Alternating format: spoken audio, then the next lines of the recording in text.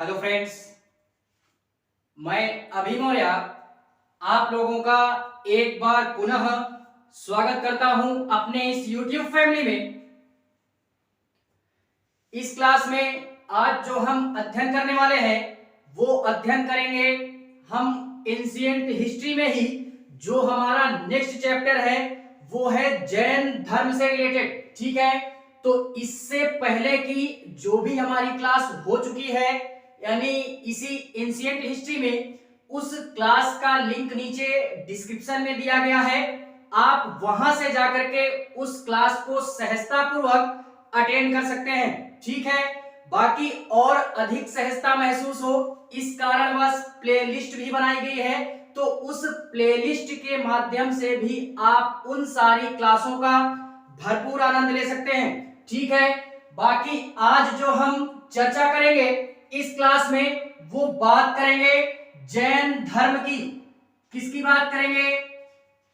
जैन धर्म का अध्ययन करेंगे, जिसमें हम यार काफी सारी चीजों का अध्ययन करेंगे और इस चैप्टर को हम इतने बेहतरीन ढंग से पढ़ेंगे कि यार अगर किसी भी प्रकार का कोई भी प्रश्न अगर यहां से बनाया जाता है तो वो जाना नहीं चाहिए। ठीक है, देखते हैं पहले इसके पृष्ठभूमि के संदर्भ में, यानी जैन धर्म हमारा कैसे समाज में उभर करके आता है, उन सारी चीजों को देखते हुए हम इस चैप्टर को बाकायदा कंप्लीट करेंगे। ठीक है, तो ये मतलब 6ठी शताब्दी ईसा पूर्व का दौर था कि जब हमारा मतलब समाज में नए नए धर्म उभर करके आते हैं। ठीक है, तो समाज में जैसे ही हमारा उत्तर वैदिक काल समाप्त होता है और उत्तर वैदिक काल समाप्त होने के पश्चात में हम लोग यार उत्तर वैदिक के पश्चात महाजनपद का अध्ययन करते हैं, जनपद का अध्ययन करते हैं। तो जैसे ही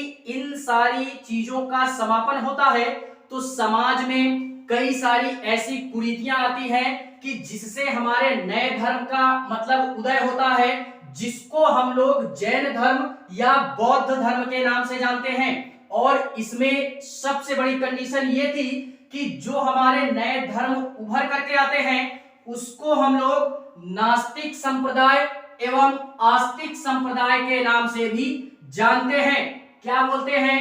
नास्तिक संप्रदाय एंड आस्तिक संप्रदाय। ये दो प्रकार के संप्रदाय हमारे उभर करके आते हैं। आस्तिक संप्रदाय एंड दूसरा हमारा आता है नास्तिक संप्रदाय। नास्तिक संप्रदाय, इसमें यार हम लोगों ने बौद्ध धर्म की क्लास अटेंड की थी, तो उसमें हम लोगों ने आस्तिक के बारे में देखा था। क्या देखा था? वो भी था नास्तिक संप्रदाय ही, लेकिन उसमें यार नास्तिक संप्रदाय में हम लोगों ने बात की थी नयनार की। किसकी? नयनार संप्रदाय।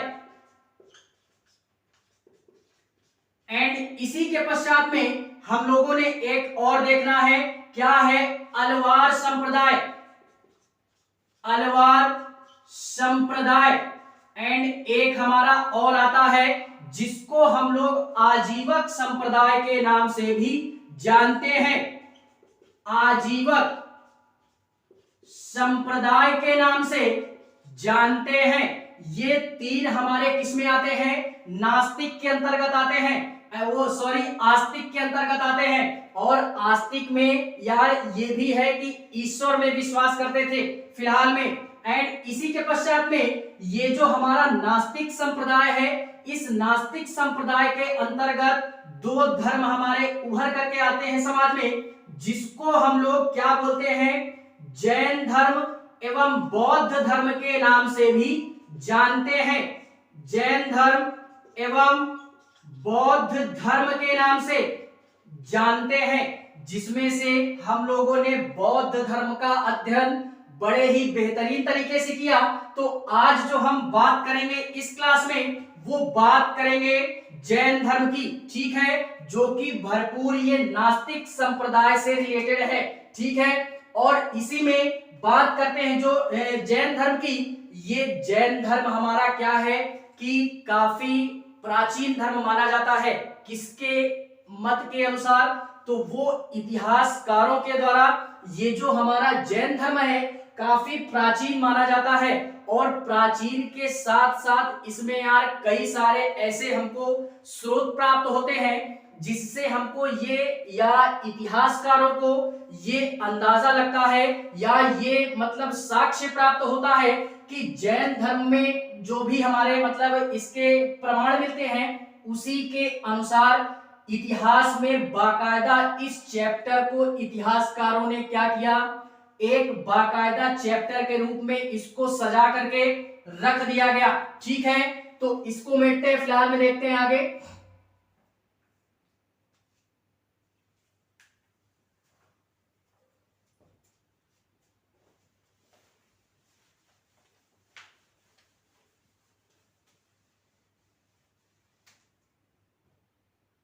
देखते हैं इसी में अभी हम लोगों ने बात क्या की, हम लोगों ने अभी ये बात की कि कुछ हमारे साक्ष्य प्राप्त होते हैं इतिहासकारों को जिससे यार ये अनुमान लगता है उनको या जो साक्ष्य प्राप्त हुआ उसी के आधार पे उन लोगों ने एंशिएंट हिस्ट्री में बाकायदा इसको एक चैप्टर के रूप में सजा करके क्या कर दिया, रख दिया गया, जिसका अध्ययन आप और हम बड़े ही बेहतरीन तरीके से इतिहास में करते हैं, वो भी प्राचीन इतिहास में। ठीक है, और इसी में जैन धर्म की अगर बात कर रहे हैं तो कुछ जो स्रोत प्राप्त होते हैं वैसे भी यार स्रोत हमको कई सारे प्राप्त होते हैं। अभी जैसे जैसे हम आगे बढ़ेंगे इस चैप्टर में यार काफी सारी चीजें सीखने को मिलेगी। एंड इसी में अगर हम लोग देखते हैं तो इसमें यार हमको कुछ साहित्य प्राप्त होते हैं, उन साहित्यों के माध्यम से हमको ये पता लगता है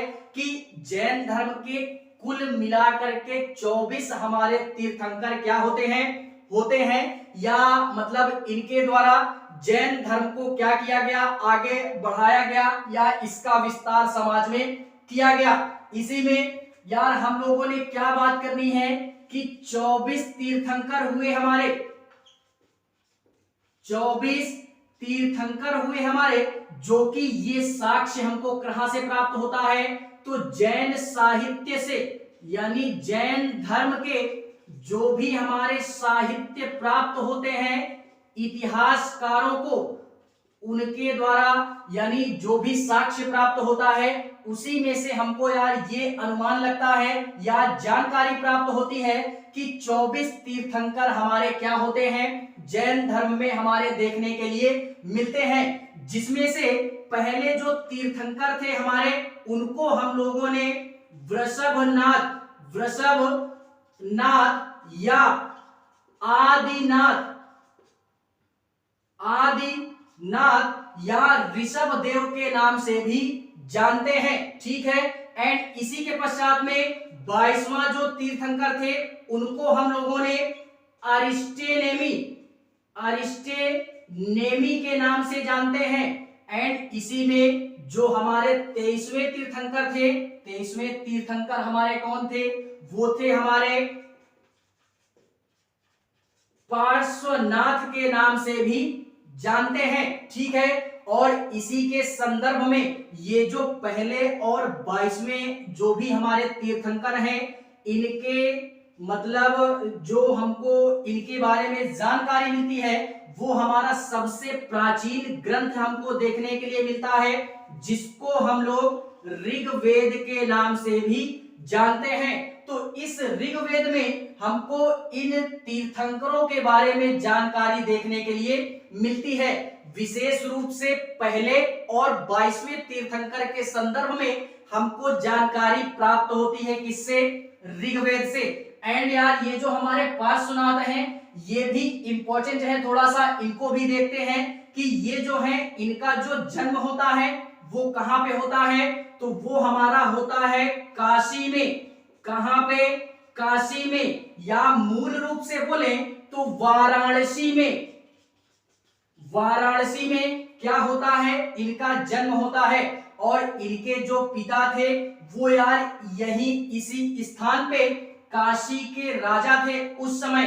किस समय, प्राचीन समय में यानी जिस समय ये समाज में ये धर्म उभर करके आ रहा था 6ठी शताब्दी में, उस समय ये पार्श्वनाथ क्या थे, यानी इनके पिता जो थे वो यहाँ के राजा थे। और इसी के पश्चात में इनका जो नाम था वो नाम क्या था, नाम था इनके पिता का अश्वसेन। क्या नाम था, अश्वसेन इनके पिता का नाम था। और फाइनली इनके पुत्र के द्वारा 30 वर्ष की आयु में, 30 वर्ष की आयु में ये गृह त्याग कर देते हैं, या जो भी साम्राज्य था अश्वसेन का उसको ये त्याग करके, अपना राजपाट त्याग करके क्या करते हैं कि वो ज्ञान की प्राप्ति के दिशा में इधर उधर क्या करते हैं, भटकते हैं। और फाइनली लास्ट में उनको ज्ञान की प्राप्ति होती है। वो कहां पे होती है, तो वो होती है सम्मेद नामक पर्वत पे। सम्मेद पर्वत पे इनको पार्श्वनाथ को ज्ञान की प्राप्ति होती है। और जैसे ही इनको ज्ञान की प्राप्ति होती है तो ये अपना उपदेश क्या करते हैं, समाज में इधर उधर घूम करके समाज में ये अपना उपदेश या एक प्रकार से बोले तो ज्ञान का विस्तार करते हैं। ठीक है। और इसी मतलब पार्श्वनाथ जी के द्वारा इनके संपूर्ण जीवन में मुख्य रूप से 4 उपदेश दिए गए। कौन कौन से, तो देखते हैं। इनके उपदेश मुख्य रूप से 4 उपदेश दिए गए। कौन कौन से, जिसको हम लोग क्या बोलते हैं, सत्य बोलते हैं। सत्य, अहिंसा, आस्तेय, अपरिग्रह।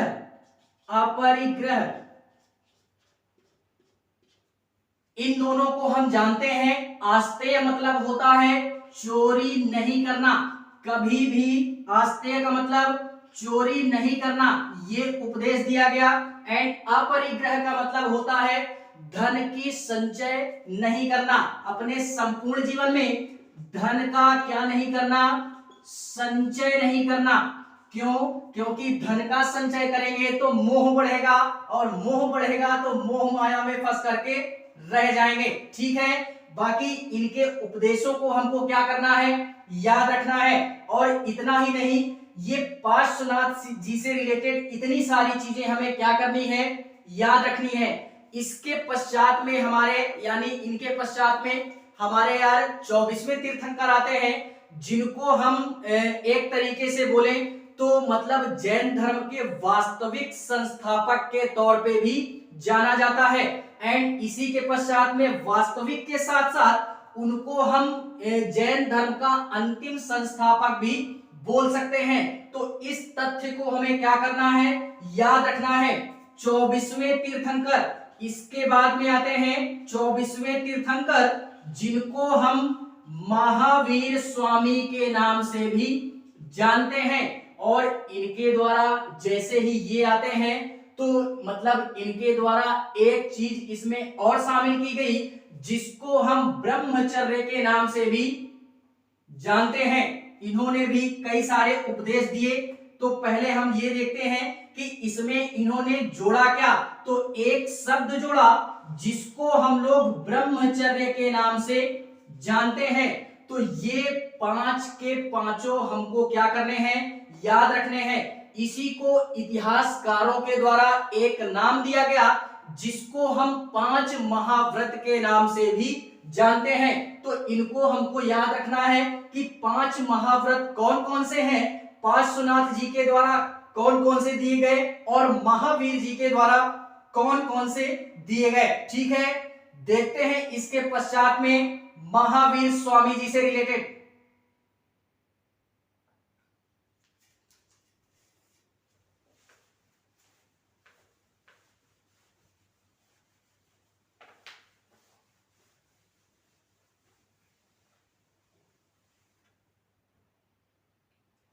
देखते हैं इसी में महावीर स्वामी जी से रिलेटेड। यार फिलहाल में पहले तो जितनी भी सारी चीजें हम पढ़ चुके हैं इस चैप्टर से रिलेटेड, मतलब इस चैप्टर से रिलेटेड जो भी सारी चीजें थी शुरू में वो उतना इंपॉर्टेंट नहीं थी, लेकिन पूरा का पूरा जो चैप्टर बेस्ड है या ये जो धर्म बेस्ड है समाज में, वो यार किसके ऊपर बेस्ड है? पूरा का पूरा चैप्टर महावीर स्वामी जी से रिलेटेड है। ठीक है, इन्हीं के द्वारा ये जैन धर्म मतलब समाज में प्रगति के रास्ते पे आता है। जब इन्होंने ज्ञान की प्राप्ति की तो यार इन्हीं के द्वारा ये जैन धर्म काफी उच्च मात्रा में देखने के लिए मिलता है। और इससे पहले जो 23 तीर्थंकर हो चुके हैं जैन धर्म से रिलेटेड, वो उतना मायने नहीं रखते थे। उनके समय में जैन धर्म का इतना विकास नहीं हुआ था। लेकिन जैसे ही महावीर स्वामी जी आते हैं 24 तीर्थंकर के तौर पे, तो इनके द्वारा क्या होता है कि मतलब जैन धर्म का काफी विकास देखने के लिए मिलता है समाज में। तो इसमें हमको ये याद रखना है कि जैन धर्म जो है इसमें ये 24वें तीर्थंकर थे महावीर स्वामी, और इनको अंतिम तीर्थंकर के तौर पे भी जानते हैं। अंतिम के साथ साथ इनको वास्तविक संस्थापक भी बोलते हैं, वास्तविक संस्थापक भी बोलते हैं। यहां पे एक कंफ्यूजन क्रिएट होने वाली है, कौन सी? कि वास्तविक संस्थापक अगर पूछता है तो हमने बोलना है महावीर स्वामी। क्या बोलना है? महावीर स्वामी। एंड अगर केवल संस्थापक पूछता है, जैन धर्म के अगर केवल संस्थापक पूछता है, तो हम लोगों ने बात करनी है किसकी? आदिनाथ की। आदिनाथ या वृषभनाथ, वृषभनाथ या जिसको हम लोग ऋषभ देव के नाम से भी जानते हैं, ऋषभ देव के नाम से जानते हैं। तो ये दोनों हमें याद रखना है, वास्तविक कौन से हैं और ओनली संस्थापक कौन से हैं। तो इन दोनों में हमको बैलेंस बना करके रखना है। इसी के साथ में यार अगर और बात करें तो इनके कुछ जीवन से रिलेटेड बात करते हैं। इनकी यानी महावीर स्वामी का जो जन्म होता है वो कहां पे होता है? महावीर स्वामी का जो जन्म होता है वो हमारा होता है 540 बीसी में। कहां पे होता है? तो ये होता है कुंडग्राम में। कहां पे? कुंडग्राम, वैशाली में, जो कि उस समय मगध का क्षेत्र था। और आज की बात करें तो वर्तमान बिहार का क्षेत्र पड़ता है। ठीक है, एंड इसी के पश्चात में हमको इनकी जो मृत्यु होती है वो 463 बीसी में होती है। 463 बीसी। महावीर स्वामी की जो मृत्यु होती है 463 बीसी में होती है। कहां पे होती है? तो ये पावापुरी नामक स्थान पे, पावापुरी नामक स्थान पे इनकी क्या होती है? मृत्यु होती है। एंड इसी के पश्चात में इनके जो पिता का नाम था वो क्या था? तो पिता का नाम था इनके क्या? सिद्धार्थ नाम था, सिद्धार्थ, जो कि ये मतलब पैदा हुए थे कुंडग्राम में। तो कुंडग्राम में एक हमारा ये कुल था जिसको हम लोग ज्ञात्रिक कुल के नाम से भी जानते हैं। तो इनके जो पिता सिद्धार्थ थे वो ज्ञात्रिक कुल के मुखिया थे। ठीक है, इस बात को भी हमें क्या करना है? याद रखना है। इनकी जो माता थी उनका नाम था त्रिशाला। क्या नाम था? त्रिशाला। और ये जो त्रिशाला थी ये मतलब लिच्छवी के एक राजा थे जिनको हम लोग चेटक के नाम से जानते हैं। तो ये चेटक की बहन थी। कौन? त्रिशाला। और इतना ही नहीं, ये जो हमारे चेटक राजा थे लिच्छवी के, इनकी एक पुत्री थी जिनकी शादी किससे होती है? तो इन्हीं के मतलब इनकी चेटक के पुत्री की शादी किससे होती है? एक तरीके से बोले तो मतलब त्रिशाला के पुत्र से, एक तरीके से बोले सॉरी त्रिशाला के पुत्र से नहीं, मतलब हमारे एक राजा थे जो कि आगे चल के हम लोग पढ़ेंगे मगध का उत्कर्ष नामक चैप्टर में, जिनको हम लोग मतलब एक तरीके से बोले बिंबिसार बोलते हैं। ठीक है। तो बिंबिसार से इनके पुत्री का विवाह होता है। तो इसी में क्या होता है कि एक तरीके से ये अनुमान लगता है, अनुमान क्या लगता है, ये यार कंफर्म ही है कि महावीर स्वामी और बिंबिसार आपस में क्या हो जाते हैं, संबंधी बन जाते हैं, यानी रिलेशन हो जाता है उनका, ठीक है। तो इतनी सारी चीजें हमको यार याद रखनी है। बात करते हैं इसके आगे की।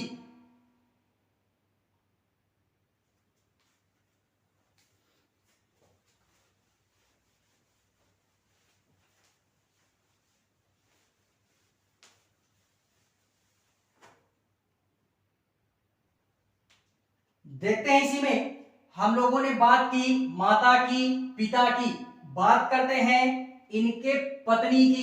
इनके पत्नी का क्या नाम था, यानी महावीर स्वामी के पत्नी का क्या नाम था, तो नाम था यशोदा।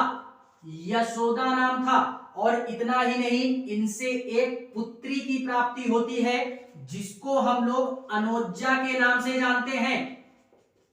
अनोज्जा या प्रियदर्शनी, प्रियदर्शनी के नाम से जानते हैं। इस चैप्टर की कंपैरिजन बौद्ध धर्म से करते जाना। यार बौद्ध धर्म से अगर कंपैरिजन करेंगे तो माइंड में सारी चीजें चढ़ती जाएंगी, ठीक है। तो कंपैरिजन करना बनता है बॉस, ठीक है। और इतना ही नहीं, ये पत्नी का नाम यशोदा था, अनुजा इनकी मतलब पुत्री थी। और इतना ही नहीं, इन्होंने जो गृह त्याग किया, गृह त्याग कब किया, महावीर स्वामी ने गृह त्याग किया 30 वर्ष की आयु में। गौतम बुद्ध ने कब किया, 29 वर्ष की आयु में। इन्होंने किया 30 वर्ष की आयु में। और गृह त्याग इन्होंने जब किया तो ये अपने बड़े भाई से मतलब एक तरीके से अनुमति लेते हैं कि अब हमको मतलब गृह त्याग करना है।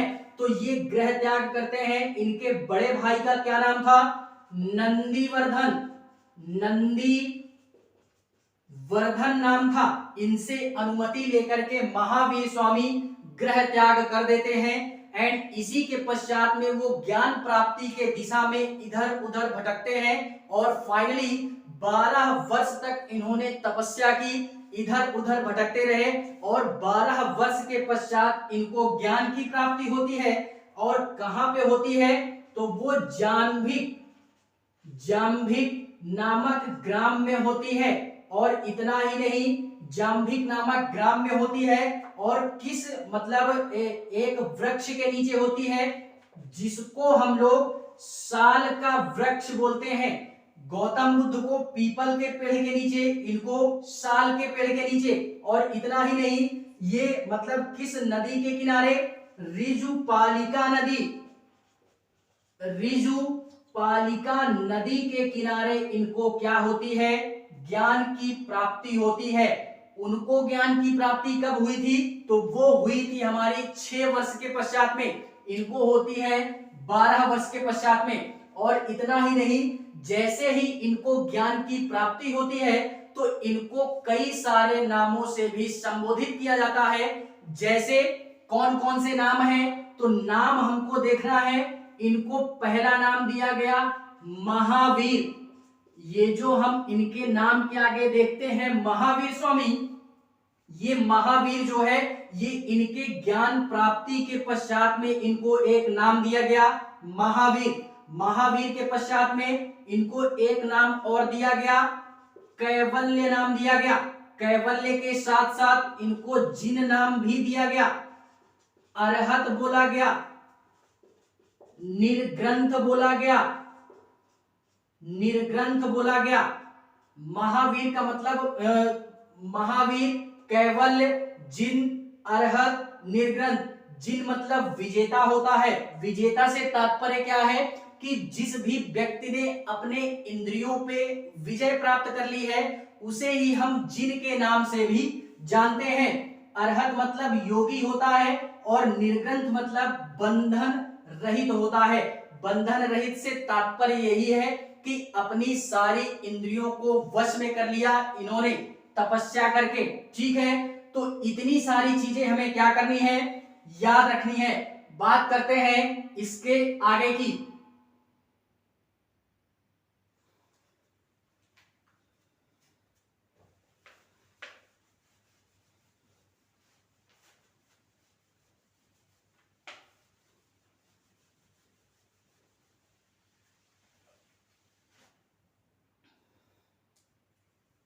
देखते हैं इसी में कि महावीर स्वामी जी जो थे यार, इनके संदर्भ में कई सारे उपदेश इन्होंने दिए। तो इन्होंने जो पहला उपदेश दिया या जो प्रथम उपदेश दिया वो कहां पे दिया, तो राजगृह में दिया।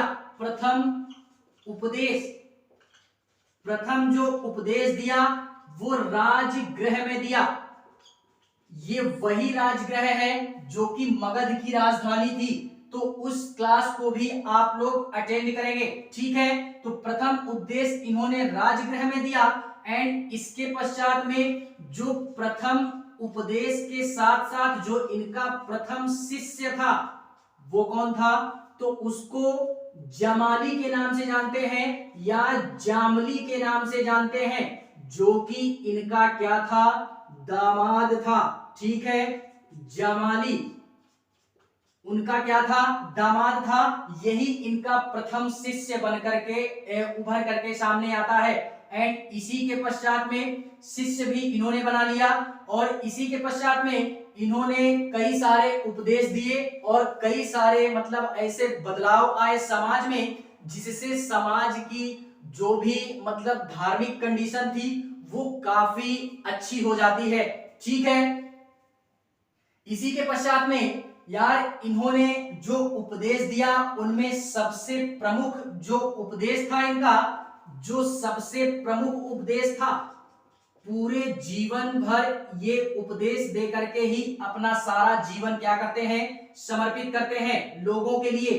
तो सबसे प्रमुख जो इनका उपदेश था, इनका कहना ये था कि संसार में क्या है, संसार दुखमय है, संसार क्या है, दुखमय है। और अगर इस दुख का निवारण किसी भी व्यक्ति को करना है तो वो हमारे त्रिरत्न का क्या करे, पालन करे। और त्रिरत्न हमारे कौन कौन से हैं, त्रिरत्न का क्या करे, पालन करे। त्रिरत्न हमारे कौन कौन से हैं, सम्यक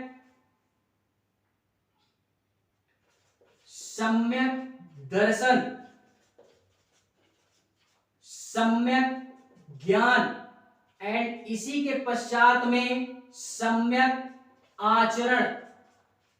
सम्यक दर्शन से मतलब ये है कि मतलब सत्य में विश्वास करना चाहिए। सम्यक दर्शन से मतलब है सत्य में विश्वास करना चाहिए व्यक्ति को। और जो सम्यक ज्ञान है इससे तात्पर्य यह है कि व्यक्ति के अंदर वास्तविक ज्ञान होना चाहिए। और इसी के पश्चात में जो सम्यक आचरण है इससे ये तात्पर्य है कि यार मतलब जो भी व्यक्ति है उसके जीवन में चाहे सुख हो या दुख हो, समान भाव होना चाहिए पूरे संपूर्ण जीवन में, ठीक है। तो इन त्रिरत्नों का पालन करना चाहिए व्यक्ति को।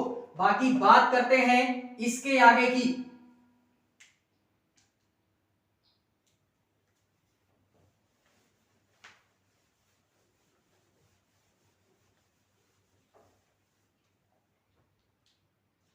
देखते हैं इसी में इन्होंने क्या बोला कि मतलब त्रिरत्न का पालन करना चाहिए। और इतना ही नहीं, इससे पहले क्लास की स्टार्टिंग में हम लोगों ने पढ़ा था 5 महाव्रतों के बारे में। तो इन्होंने ये भी कहा कि उन 5 महाव्रतों का भी व्यक्ति को क्या करना चाहिए, पालन करना चाहिए, जिससे व्यक्ति अपने संपूर्ण जीवन के जो दुख हैं उनसे निजात पा सकता है या उनसे मुक्त हो सकता है, ठीक है। बाकी इसके अलावा इन्होंने 4-5 मतलब तथ्य और दिए जिससे समाज में एक क्रांतिकारी परिवर्तन के रूप में समाज में क्या होता है, धर्म पूरी तरीके से बदल जाता है।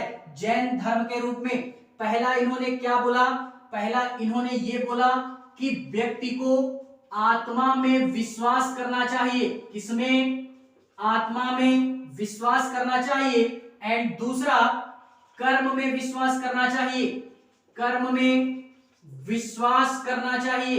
एंड इसी के पश्चात में तीसरा मोक्ष में विश्वास करना चाहिए। मोक्ष में या मोक्ष की प्राप्ति के लिए संघर्ष करना चाहिए, जिससे वास्तविक रूप में व्यक्ति का इस पूरी पृथ्वी पे व्यक्ति का केवल एक ही उद्देश्य है और अंतिम लक्ष्य भी यही है कि वो क्या कर सके, मोक्ष की प्राप्ति कर सके। ठीक है, तो इस बात को भी उन्होंने क्या किया, बोला। एंड जो चौथा तथ्य है, चौथा ये है कि पुनर्जन्म में व्यक्ति को क्या करना चाहिए, विश्वास करना चाहिए। ये जैन धर्म से, मतलब जैन धर्म का मानना है, मेरा भी मानना यही है कि पुनर्जन्म होता है। ठीक है, तो इसमें भी विश्वास करना चाहिए। एंड पांचवा जो है वो है वर्ण व्यवस्था में भी क्या करना चाहिए, विश्वास करना चाहिए। तो इन 4-5 मतलब तथ्यों को हमें क्या करना है, याद रखना है कि अगर कुछ भी फैक्ट अगर आता है तो वो जाना नहीं चाहिए। ठीक है, एंड इसी के पश्चात में हम लोगों ने आज शुरू से ही जब क्लास स्टार्ट की तभी पढ़ा कि ये नास्तिक संप्रदाय था, ये ईश्वर को नहीं मानते थे।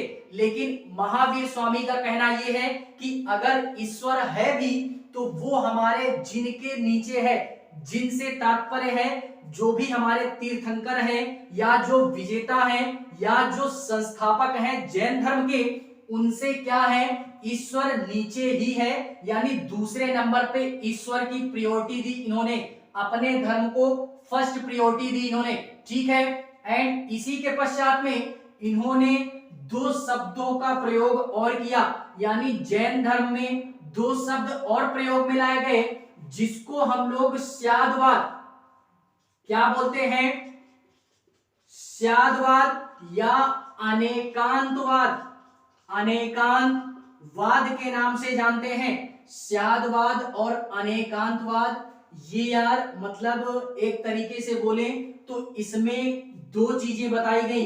क्या बताई गई, इसमें बताई गई आत्मवादिता और नास्तिक, इन 2 शब्दों का वर्णन इन दोनों के अंतर्गत मिलता है। आत्मवादिता और नास्तिक ये इसलिए जोड़ा गया क्योंकि यार मतलब कुछ ऐसे लोग हैं जो ईश्वर को मानते हैं और कुछ ऐसे लोग हैं जो ईश्वर को नहीं मानते हैं। तो इनके जो बीच के लोग हैं उनको जैन धर्म में जोड़ने के लिए ही महावीर स्वामी ने इन दोनों शब्दों का क्या किया, प्रयोग किया। और इन दोनों के बीच का जो मार्ग है उसी के शांतवाद और अनेकांतवाद के नाम से जानते हैं। आत्मवादी ईश्वर को मानते थे, नास्तिक वाले ईश्वर को नहीं मानते थे। ठीक है, तो इसको भी याद रखना है कि स्याद्वाद क्या होता है और अनेकांतवाद क्या होता है। ठीक है, बात करते हैं इसके आगे की।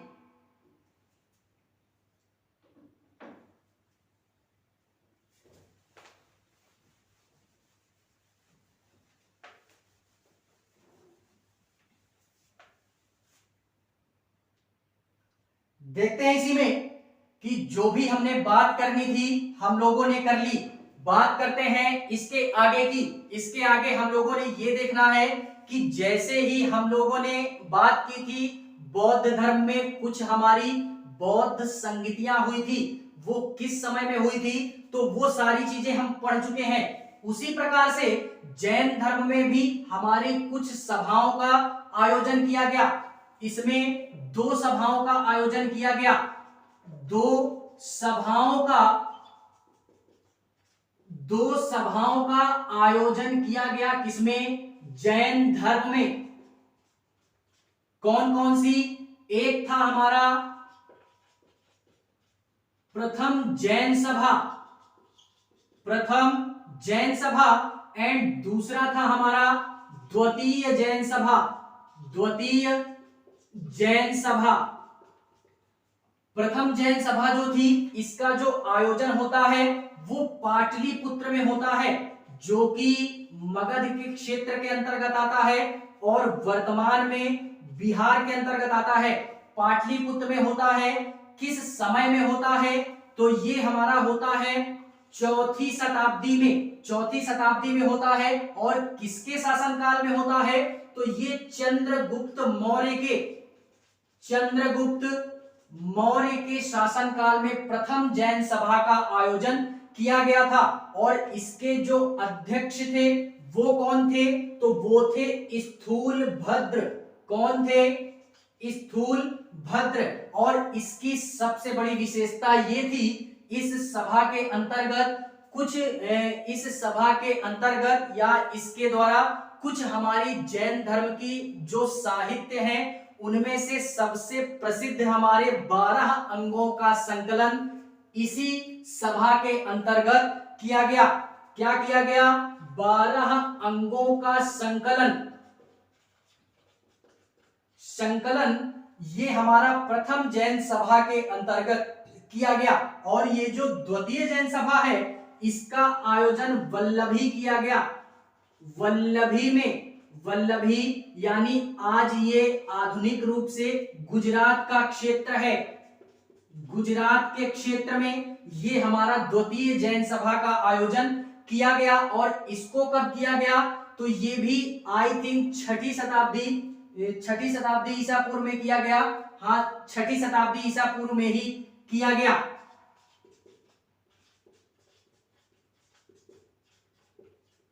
ये भी हमें याद रखना है। और इतना ही नहीं, इसकी जो अध्यक्षता करते हैं वो हमारे करते हैं, एक हमारे नाम आता है भ्रमण करके आता है, तो ये भी नाम हमको याद रखना है।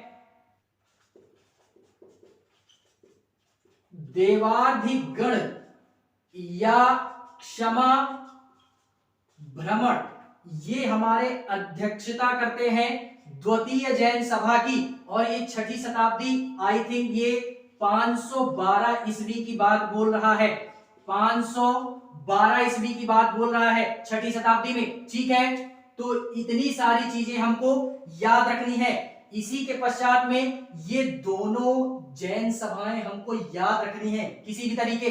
ठीक है, और इसी के पश्चात में यार जैसे ही महावीर स्वामी को ज्ञान की प्राप्ति हो जाती है, इन सभाओं का आयोजन हो जाता है, तो महावीर स्वामी क्या करते हैं कि ज्ञान की प्राप्ति के बाद में इधर उधर भटक करके यानी गांव-गांव जा करके समाज में लोगों को जागरूक करते हैं इस नए धर्म से रिलेटेड। और इसी के अंतर्गत उन्होंने अपने ज्ञान का प्रचार प्रसार करना शुरू कर दिया। और जैसे ही ज्ञान का प्रचार और प्रसार करना शुरू किया तो इनको एक आवश्यकता पड़ी कि हमको एक संघ बनाना है, यानी एक हमको मतलब संघ टाइप में बनाना है जिससे लोग हमारे संघ में क्या हो सके, जुड़ सके। ठीक है, तो इन्होंने एक संघ बनाया शुरुआती दौर में और उसी संघ के माध्यम से यानी अपने इस जैन धर्म का प्रचार और प्रसार करना क्या किया, आरंभ किया। शुरुआत में इनके 11 अनुयायी बने। उन अनुयायियों के द्वारा ही इस जैन धर्म का प्रचार प्रसार करना क्या हुआ, आरंभ हुआ, जिनको हम लोग गणधम्म के नाम से भी जानते हैं। उन 11 अनुयायियों को फिलहाल में इसको मेटते हैं।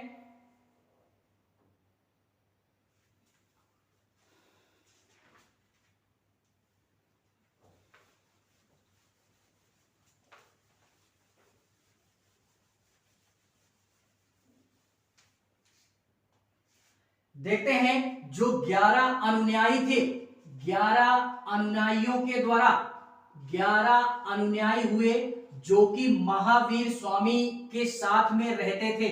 ठीक है, और इन 11 अनुयायियों को गणधर बोला गया। क्या बोला गया? गणधर बोला गया।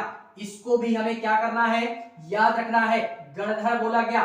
और जैसे ही महावीर स्वामी की मृत्यु होती है यानी उपदेश देने के क्रम में सारा जीवन इन्होंने अपना उपदेश ही दिया और कोई कार्य नहीं किया। और इनका जो सबसे प्रमुख उपदेश था वो ये था कि नग्नता को धारण करना, किसी भी प्रकार का कोई वस्त्र शरीर में नहीं धारण होना चाहिए। ठीक है, इनका मानना ये भी था कि हम जैसे चलते हैं यार, तो इसके नीचे भी मतलब हमारे द्वारा कई सारे ऐसे छोटे छोटे जीव हैं जिनकी हत्या हो जाती है। वस्त्र पहनते हैं तो हमारे पूरे बॉडी में भी यानी कुछ ना कुछ तो ऐसे तत्व होंगे जिनके द्वारा इन वस्त्रों के द्वारा भी क्या होती है, उनकी मृत्यु हो जाती है। इस कारणवश जैन धर्म में मूल रूप से इनका मुख्य उपदेश यही था कि नग्नता को धारण करना है, अर्थात वस्त्र हमको धारण नहीं करना है। ठीक है, फाइनली जब इनकी मृत्यु होती है तो इनके मृत्यु के पश्चात में ये जो संघ था ये धीरे धीरे विकसित तो होता है, और इन्हीं मतलब जब विकसित होता है तो एक नया अध्यक्ष बनता है जिसको हम लोग सुरधर्मन के नाम से भी जानते हैं। सुरधर्मन ये नया अध्यक्ष था किसका, इस संघ का। और जैसे जैसे ही ये मतलब आगे बढ़ता है ये संघ, तो इन गणों के द्वारा, ये जो गणधर थे इनके द्वारा यार कुछ मतभेद दिखाई देने लगता है संघ में। और फाइनली चंद्रगुप्त मौर्य के शासन काल में आते आते ये हमारा जैन धर्म दो भागों में टूट करके रह जाता है, जिसको हम लोग श्वेतांबर क्या बोलते हैं, श्वेतांबर एवं दिगंबर के नाम से भी जानते हैं। श्वेतांबर या दिगंबर के नाम से भी जानते हैं। मूल रूप से इन दो भागों में जैन धर्म टूट करके रह जाता है। फाइनली ये श्वेतांबर क्या था और दिगंबर क्या था, तो ये जो श्वेतांबर है ये श्वेत वस्त्र धारण करते थे, अर्थात सफेद वस्त्र धारण करते थे, तो इनको श्वेतांबर बोला गया। और दिगंबर जो थे ये वस्त्र धारण नहीं करते थे, अर्थात मुख्य रूप से ये नग्नता को धारण करते थे। इस कारणवश इनको दिगंबर की उपाधि से भी क्या किया गया, नवाजा गया। और इतना ही नहीं, इसमें इनके जो नेतृत्वकर्ता थे वो कौन थे, या श्वेतांबर के जो संस्थापक थे वो थे हमारे स्थूलभद्र। स्थूलभद्र इनके द्वारा श्वेतांबर की क्या की गई, श्वेतांबर संप्रदाय की स्थापना की गई। और जो दिगंबर संप्रदाय था इसके जो संस्थापक थे वो थे भद्रबाहु। भद्रबाहु इनके द्वारा दिगंबर संप्रदाय की क्या की गई, स्थापना की गई। और इतना ही नहीं, इसमें थोड़ा सा अंतर देखते हैं कि श्वेतांबर क्या होता है और दिगंबर क्या होता है। तो सबसे पहले ये जो श्वेतांबर थे ये यार मतलब कुछ ऐसे संप्रदाय थे जो बदलावों को स्वीकार करते थे, और कुछ ऐसे संप्रदाय थे जो बदलावों को स्वीकार नहीं करते थे। तो जो बदलाव को स्वीकार करते थे उनको श्वेतांबर, और सफेद वस्त्र धारण करते थे उनको श्वेतांबर, और जो बदलावों को स्वीकार नहीं करते थे, नग्नता को धारण करते थे, उनको दिगंबर के नाम से भी क्या किया गया, जाना गया। ठीक है, और फाइनली इतना ही नहीं, इसमें यार इतिहासकारों के द्वारा ये मत दिया गया है या ये बोला गया कि जैसे ही चंद्रगुप्त मौर्य का शासनकाल आता है तो चंद्रगुप्त मौर्य के शासनकाल में यार समाज में क्या होता है, भारी अकाल पड़ जाता है। कहां पे, इसी मतलब भारी अकाल पड़ता है और लगभग 12 वर्षों तक ये अकाल रहता है। ठीक है, तो जिससे ये जो हमारे दिगंबर के नेतृत्व करता थे, अर्थात ये जो भद्रबाहु थे, ये क्या करते हैं, अपने अनुयायियों को लेकर के ये यार चले जाते हैं श्रवण बेलगोला। अभी हम आगे देखेंगे श्रवण बेलगोला क्या है। ठीक है, तो श्रवण बेलगोला अर्थात ये कर्नाटक साइड में चले जाते हैं, दक्षिण साइड में। तो वहां पे ये अपने अनुयायियों को लेकर के चले जाते हैं, और जब ये वापस आते हैं कुछ वर्षों के पश्चात में, तो वो ये देखते हैं कि मगध वाले क्षेत्र में ये जो श्वेतांबर थे, अर्थात इसके जो नेतृत्वकर्ता थे स्थूलभद्र, इन्होंने अपने संप्रदाय में कुछ परिवर्तन क्या किया, मतलब कुछ परिवर्तन हो गया था, तो मतलब इनको श्वेतांबर की उपाधि दी गई। तो मैंने पहले ही बोला कि इनको क्या किया गया, इन्होंने बदलावों को स्वीकार किया, यानी श्वेतांबर में कुछ बहुत चेंजमेंट हो गया और दिगंबर में चेंजमेंट नहीं हुआ। वो जिस प्रकार से टूटा था शुरुआत में, उसी प्रकार से ये आगे तक चलता रहा समाज में। ठीक है, कुछ हम इसमें अंतर और देखते हैं कि ये जो श्वेतांबर थे, ये श्वेतांबर क्या करते हैं, ये सफेद वस्त्र धारण करते हैं। एक तरफ डालते हैं श्वेतांबर एंड दूसरी तरफ डालते हैं दिगंबर। ये श्वेत वस्त्र धारण करते थे, अर्थात सफेद वस्त्र धारण करते थे, और दिगंबर में नग्नता थी। क्या थी? नग्नता धारण करते थे ये लोग। और इतना ही नहीं, नग्नता अभी हम लोगों ने ये भी शुरुआत में ही पढ़ा कि यार ये जो हमारे महावीर स्वामी जी हैं, इनके द्वारा मुख्य रूप से यही उपदेश दिया गया। एंड इसी के पश्चात में श्वेतांबर का मानना ये था कि जो हमारे महावीर स्वामी जी हैं ये भगवान हैं। ये क्या है? भगवान है। तो ये लोग इनकी मूर्ति बना करके इनकी पूजा अर्चना भी क्या करने लगे थे। लेकिन जो दिगंबर थे, इनका मानना ये था कि जो महावीर स्वामी थे ये एक साधारण पुरुष थे या साधारण मानव थे, ये कोई भगवान नहीं थे। इन्होंने केवल अपने इंद्रियों को कंट्रोल में किया, जिससे इनको मतलब मोक्ष की प्राप्ति हो सकी। ठीक है, तो ये भी हमें क्या करना है? याद रखना है। एंड इसी के पश्चात में इनका श्वेतांबर का एक और मानना था कि ये जो श्वेतांबर वाले लोग हैं ये कहते हैं कि ये इस श्वेतांबर के द्वारा स्त्रियों को भी मोक्ष की प्राप्ति हो सकती है। श्वेतांबर संप्रदाय में स्त्रियों को हो सकती है। क्यों? क्योंकि यहाँ पे वस्त्र पहनने की अनुमति थी। और दिगंबर का कहना यह था कि दिगंबर वाले क्या करते हैं कि वस्त्र को अनुमति नहीं देते हैं, अर्थात नग्नता को धारण करते हैं। तो यहाँ पे स्त्रियों को मोक्ष की प्राप्ति नहीं हो सकती थी, क्योंकि स्त्रियों को नग्नता प्राप्त नहीं थी। ठीक है, तो इस कारणवश भी इन दोनों में हमको क्या करना है? बैलेंस क्रिएट करना है। ये भी हमें क्या करना है? याद रखना है। बात करते हैं इसके आगे कुछ और बातों की।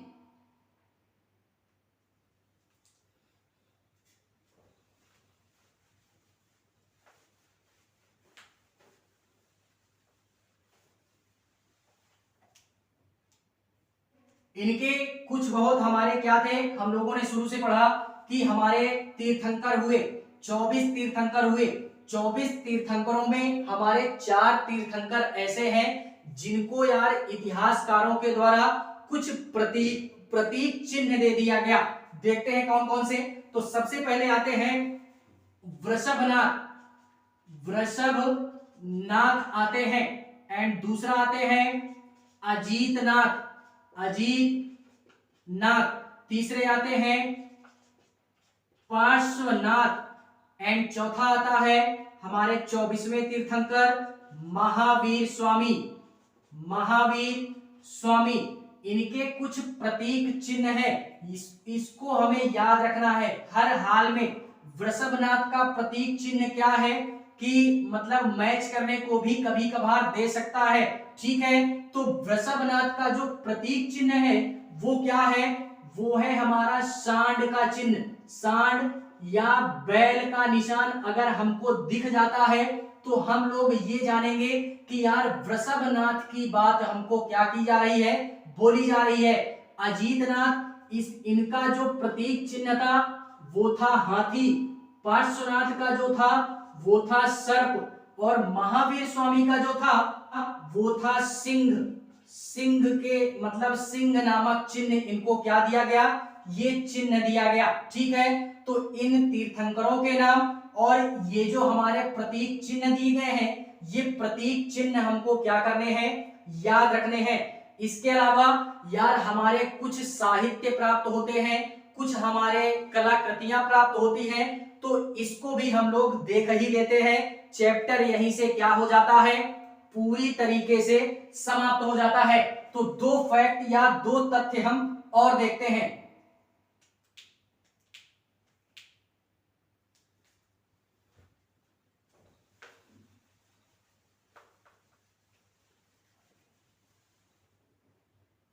देखते हैं इसी में साहित्य के संदर्भ में। शुरू में ही हम लोगों ने पढ़ा था कि यार मतलब कुछ जैन साहित्य थी हमारी, जो कि इतिहासकारों को वहीं से जानकारी प्राप्त होती है जैन धर्म के संदर्भ में। ठीक है, तो जो भी हमारे साहित्य प्राप्त हुए हैं उनको देखते हैं, जैन साहित्य। और सबसे बड़ी बात यह है कि जो जैन साहित्य प्राप्त होते हैं, इन जैन साहित्यों की जो भाषा है वो अर्ध मगधी भाषा है।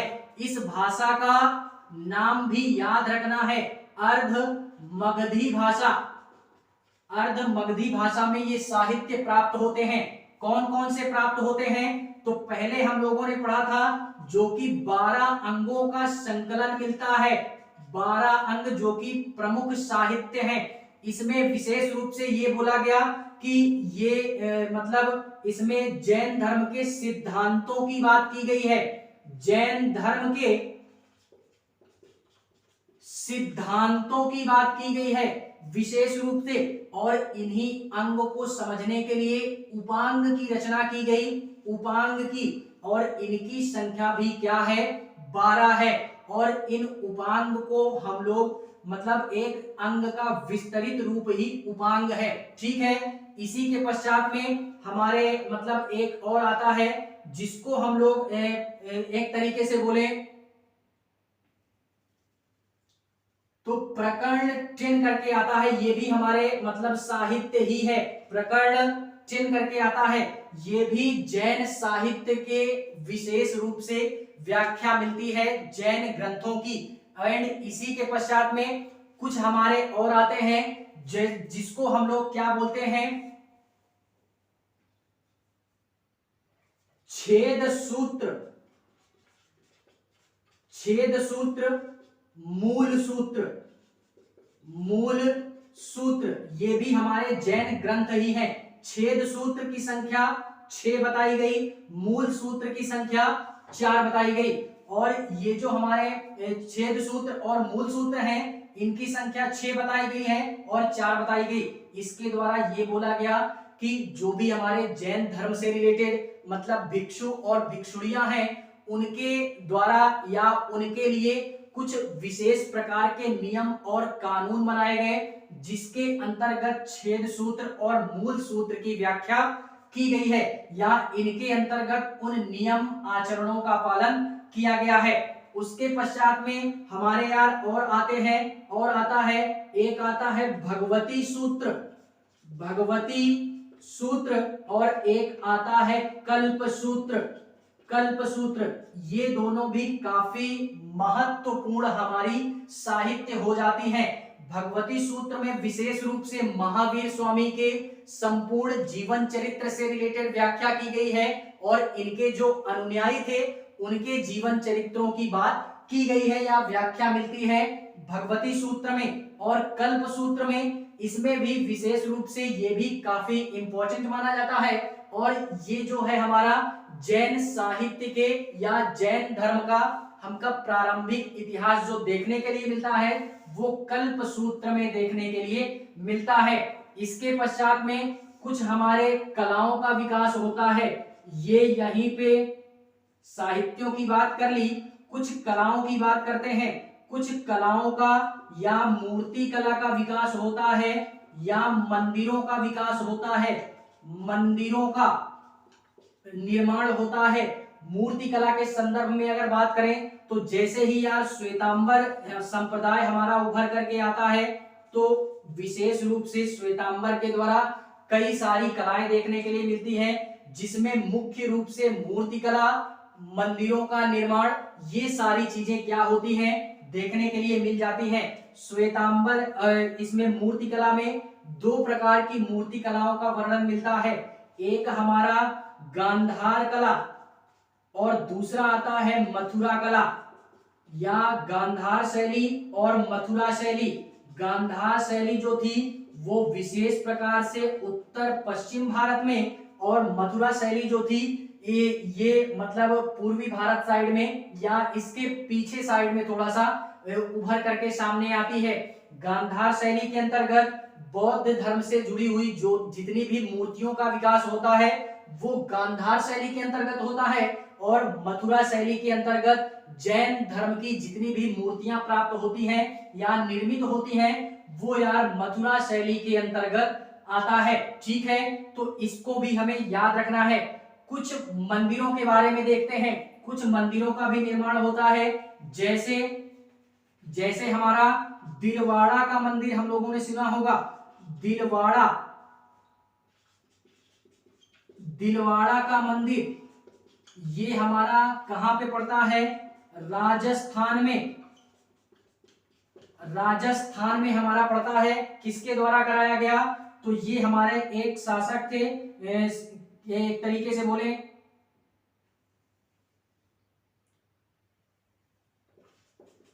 सोलंकी शासक इनके द्वारा ये दिलवाड़ा के जैन मंदिरों का निर्माण हमारे करवाया गया। राजस्थान में सोलंकी शासक में हमारा इनका एक मंत्री था जिसको बिमल शाह के नाम से जानते हैं।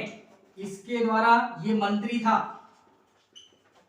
इसके द्वारा हमारा करवाया गया दिलवाड़ा के जैन मंदिरों का निर्माण। और एक मंदिर हमको और देखने के लिए मिलती है मध्य प्रदेश में, जिसको हम लोग खजुराहो के मंदिर के नाम से जानते हैं। खजुराहो के मंदिर के नाम से जानते हैं। नाम सुना होगा तो अच्छी बात है, नहीं सुना और अच्छी बात है, यहां सुन लेना, खजुराहो का मंदिर। ठीक है, तो ये खजुराहो का जो मंदिर है ये मध्य प्रदेश में पड़ता है। मध्य प्रदेश में पड़ता है। और इस मंदिर का निर्माण जो करवाते हैं वो चंदेल शासकों के द्वारा करवाया जाता है। ठीक है, इसके पश्चात में एक मंदिर हमको और देखने के लिए मिलती है, वो दक्षिण साइड में, जो कि श्रवण बेलगोला में देखने के लिए मिलती है। कहां पे? श्रवण बेलगोला में।